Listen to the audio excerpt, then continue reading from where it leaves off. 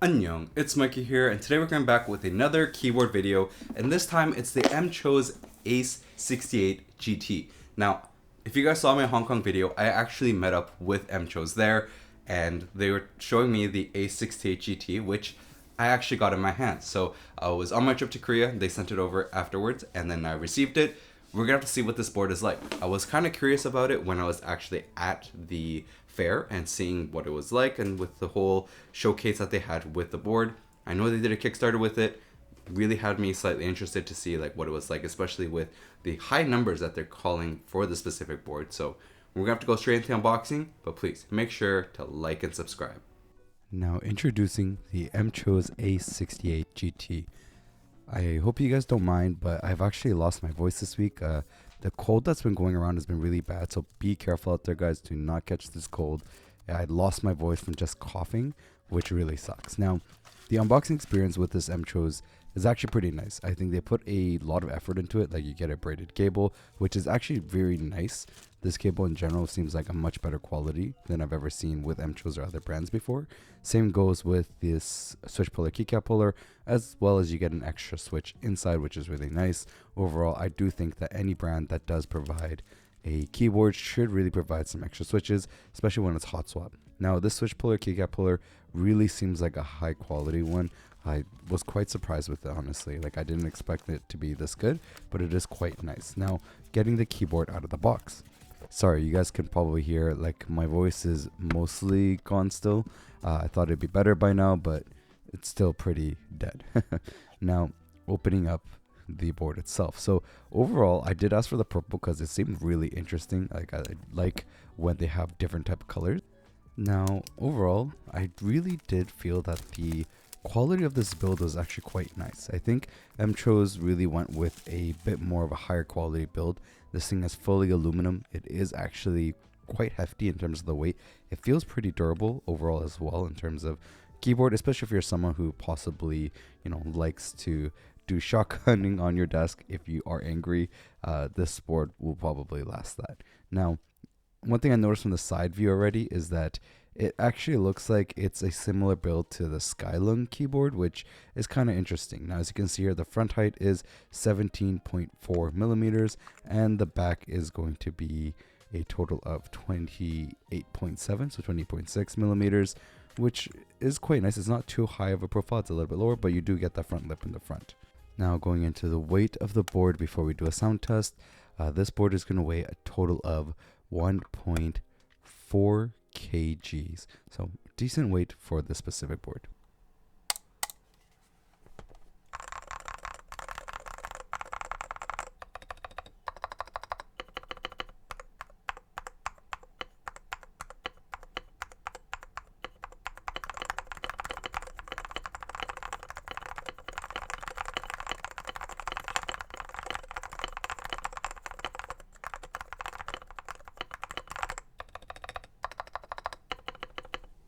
Now, taking a look at this board to try to do a teardown.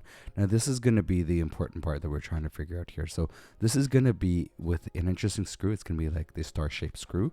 So we're going to find the right tip before we can actually open it up. Now, my biggest question in terms of opening this up is going to be, is it even possible to get it out? Now, the Skylung one, it was possible. You could actually push it out and it did work. Now, the MChose one, I'm very curious if it will be even possible in the first place. So I removed all 6 screws on each side and then pulled it out just to see if I can push this out somehow. So I'm actually putting a lot of force into this. So compared to what you guys are actually seeing on camera, the amount of force I'm putting is actually quite a decent amount. Like, it's to the point where I feel like I might break something while pushing it. But the way that the PCB is, the USB port is actually, I think, soldered onto the PCB. And it is kind of into the USB port, which makes it difficult. Now, the stock lubing is pretty decent on this board, but let me give you a sound test with the stock and different switches.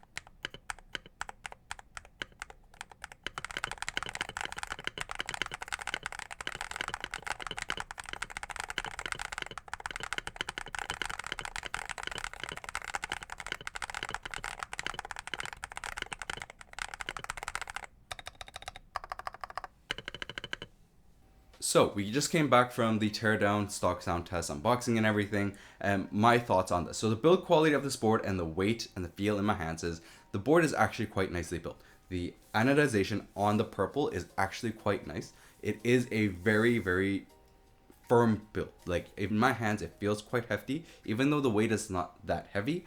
And I think they did a great job in terms of just designing the board in the front as well. Like you can really see how it lips out. One thing though is that these switches are not able to be lubed, so you can't actually take them apart to lube them and then put it back together. These switches kind of need the lubing. I felt overall there's just a lot of scratchy sounds that comes with the specific switch, especially in the field when you're typing, which is not great. And it's not easy to mod either. You guys would have saw the teardown. If you remember the Skylung keyboard that I did before, where you actually had to take off the side and push it out, it's a very similar build style. So not very simple to mod either. Now, if you are someone who really wants to mod a keyboard, I might suggest this is not the one for you because of that factor. It's not simple and you might break something, and I don't want you guys to break parts of your board, especially when you just got it. Though, you can change out the switches, right? I give you guys a sound comparison with another switch, which I think is good, which is the Keytalk Nova, and give you guys a little bit of an insight to see like how a different switch can sound in the specific board. That you can do. Hot swap, so very easy to do for yourselves. We're gonna have to go into a little bit more detail, things that I've noticed with the specific board, a little bit more close-ups with, B-roll as well, and of course, do it in gaming as well as put it in the spreadsheet and compare with other stuff. So let's go right into that. So to start off, the things that I noticed. Now you see there, the USB port actually does kind of go into the case, and overall it is very, very difficult to take this thing out. I really highly recommend not doing that at all. It is probably possible, but I just would not recommend it because you possibly could break something while doing so. Now, there's the USB port on the left side, and then the right side has the button actually to change profiles. The stabilizer are quite decent. The overall case quality is actually quite nice. The CNC and the anodizing is actually really well done, and I do like how they did it with these colors. It does look very good, except for the PC keycaps. I'm gonna be honest, I'm not a big fan of PC keycaps. It just doesn't sound great overall. And the side profile, you can really see there does look nice with the nice back weight as well. They did a good job with this. This switch itself, as you guys can see here, it is one single piece and you're not able to open up to lube it. The CF plate is quite nice, but it's not really helpful for the sound profile. Now in terms of the backlighting, so you're gonna get a lot of backlighting with this thing. It's very bright. As you can see with the PC keycaps, you can definitely see everything. I do understand that in terms of what they think gamers will want, it's going to be something with a lot of RGB and such, but I don't think that it's the best plan to just go with PC keycaps all the time. I would prefer that they actually go with nicer sounding keycaps and then work with that to be able to provide a really nice lighting, something that could work in a better way than what is currently happening. Now, in terms of the actual keyboard, so the keyboard is going to be 149 USD. So that's actually not a horrible price in my opinion, especially for the whole build quality and the fact that you are going to get some nicer switches with it. It is very stable switches, so that's one thing that's nice. It's just not the greatest in terms of the sound and typing feel with these specific switches, but you do get something that is going to be more stable. Now this is supposed to be 16K. That is crazy high because every keyboard right now out there is mostly going towards the 8K point. 16K means that you're looking at 0.006 milliseconds for latency, which is supposed to be incredibly insane. I don't know if really that is the way to go, or if that even works properly. It's hard to say. You're going to really need a good computer to make this happen as well.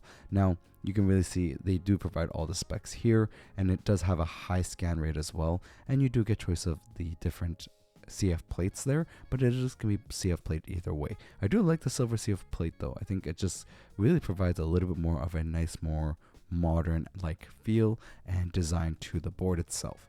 Now going into the software. So the software is available through web app, or you can download it. I like using the web app personally. That's just because I'm not a fan of downloading things into my computer. So the web app is just like the way I prefer to use specific software. Now it gives me a warning here that I need to use a proper USB port, a 3.0 with the right cable to get the 16K. So I was actually using my 8K cable, which is plugged to a USB 3.0 port, but it wasn't working. So I tried changing the cable to my Thunderbolt cable, which should be actually providing that kind of speed, because I plugged into a USB-C port as well, which is faster, but I wasn't able to pull off the 16K. It still wasn't working, so I think it's just my computer's too old to make this happen, unfortunately. Now, overall, the software is quite well done. Honestly, MChose's software is very simple. I do like it. Their UI is quite clean and makes it very easy for you to look at, like for macros or changing the keys. One thing it was missing though was the profile keys. So you can change profiles on this keyboard, right? You saw the button on the top right. It does help you change profiles, but unfortunately, there isn't a shortcut for function layer that you can actually change the profiles with, and I think that's a little bit of a misplay there.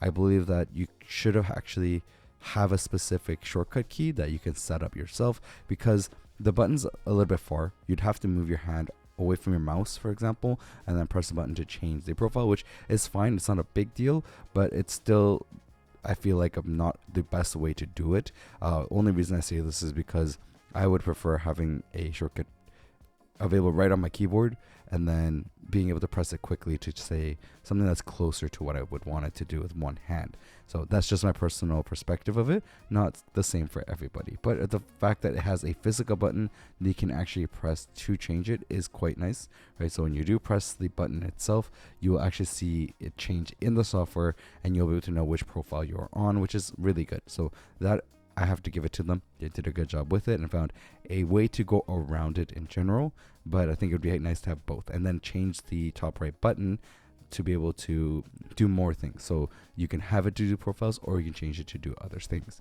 Now, in terms of setting up the actuations for everything, it's very simple. I actually set it up quickly for Apex Legends, and it works very, very well. I think in general, MChose software is, I have to give it a good, like, A tier in terms of their software, because it does feel good in terms of being able to use it, and it's very simple with all the features that you can do, from the advanced keys to setting up actuations, rapid trigger. It is really well done. I have to say, it's actually quite well done. So we're going to go into doing the polling rate test next, which is going to be checking out to see what kind of polling rate we're getting.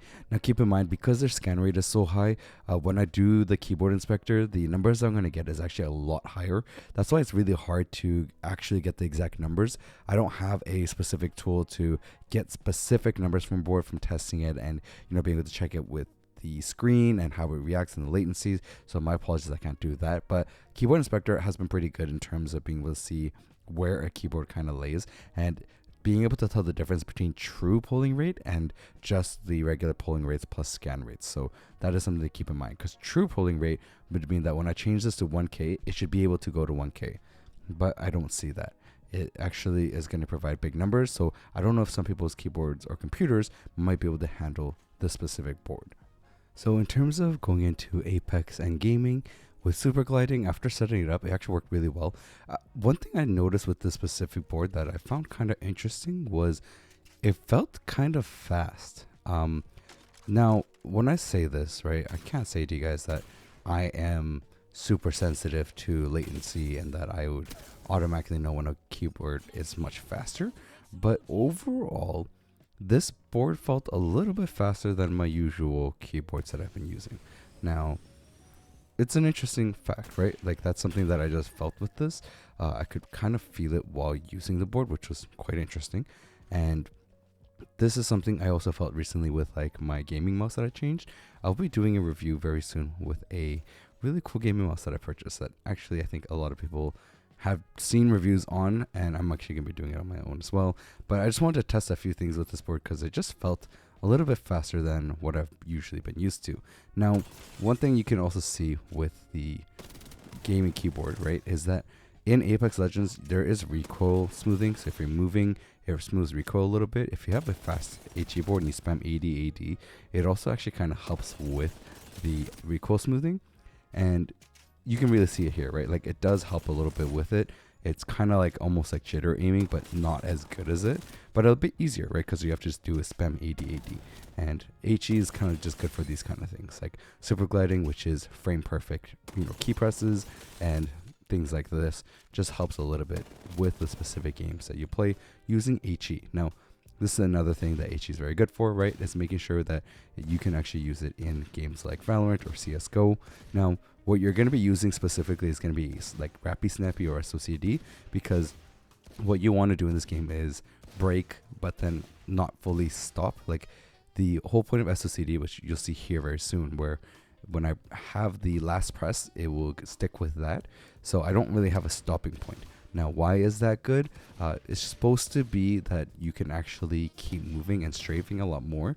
So obviously you'll have a lot faster strafes with the specific settings, and it really does make it easier than having to stop and then go again. So in those aspects, it does work quite well with this board as well. Now keep in mind that you're still going to have to learn to, break properly and shoot right in between those break periods, because otherwise, if not, the aim's obviously going to fly around. So keep in mind these things. Like NHA keyboard is not going to make you a pro gamer all of a sudden. You still have to practice the fundamentals to be able to use them wisely. Now, another benefit is going to be pressing skills quickly. So these are the certain things that you'll see here that I'm personally love this character because I feel like the slide mechanics is kind of like Apex, and it just feels a little bit faster to play the game wise. So I just want to see how quick it was to, press the specific skills and use and shoot and all those things, and overall it feels great to be able to do so. So those are simple things that HE can really help with in gaming. Now, in terms of the actual comparison sheet, so we have it here, I've added it in, and where does this board land in terms of the competition? So it is hot swap. I said 65%, but it's technically, I guess, a 68% because it doesn't have the blocker right between the arrow keys and the macro keys on the side. Those are the differences between a 68 and a 65. Now, where does this line up at the price of $149, $650? It's actually pretty decent price, right? So recently we did the Everglide one, which is priced cheaper.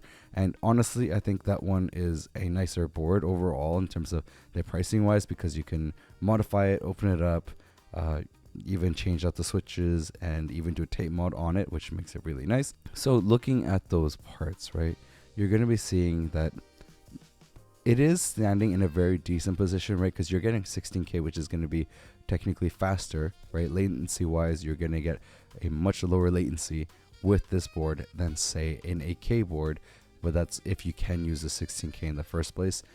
And it's not that much more in terms of pricing compared to the Everglide board with KeepForce.